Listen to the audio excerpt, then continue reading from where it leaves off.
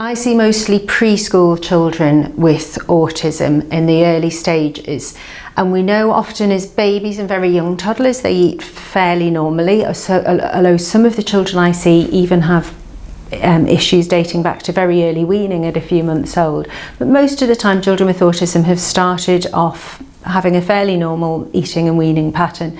But we know once they get to 2 to 3 and sometimes a bit older, more than half of the children I see, about 50 to 60%, start to become very selective and fussy about what they'll eat. Now, typically developing toddlers do that as well sometimes, but not to the extreme extent that we see in the children with autism.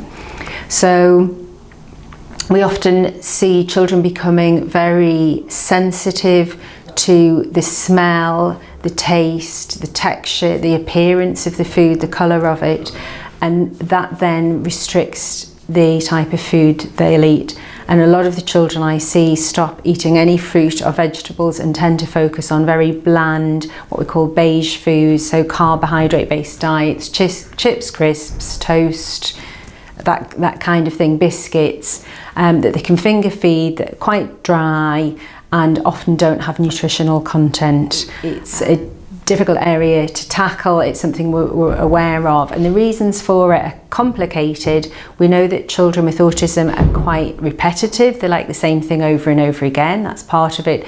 But a big issue around the feeding difficulties we see are because of the sensory sensitivities that they have, and often become very aversive to some types of food.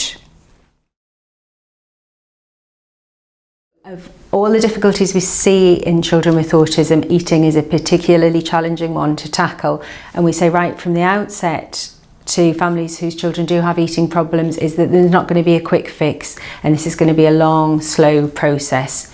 There's some basic advice that's applicable to anybody, which we recommend, and it's simple things like don't get into a battle over your child with food. They won't let themselves starve.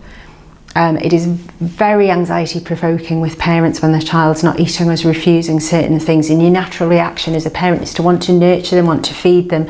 And what we do say to families at the beginning is this is going to be long and slow, to just back off and not try and force or cajole or encourage your child to eat something if they don't want them to do it. And that as a parent I understand is really, really difficult.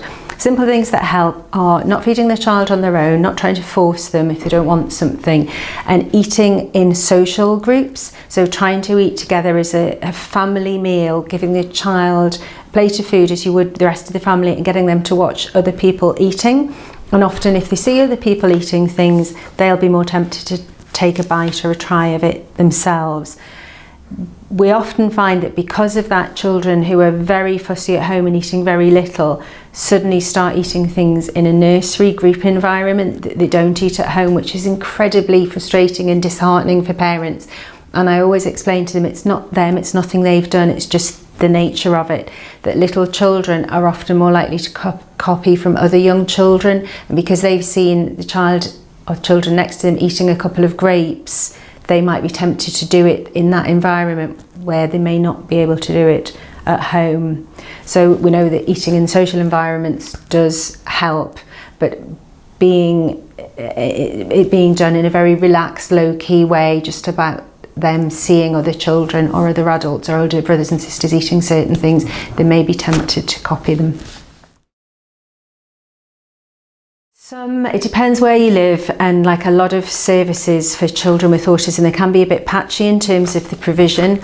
Often occupational therapy, if it's available, can help families deal with the sensory issues around eating. Sometimes the specialist workshops around sensory issues and eating, and we certainly run one for preschool children and their families in Newcastle.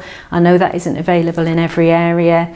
And we have a waiting list for the work that we do because of our numbers. The local dietitians may have some expertise in this area, but not every dietitian has training in autism, so it really depends on your local area. So there will be a team involved with your child if they have a diagnosis, and ask if anybody within their team, whether it's dietitian, occupational therapist, psychologist, somebody can offer them some basic advice if they have any groups running that specialise in this.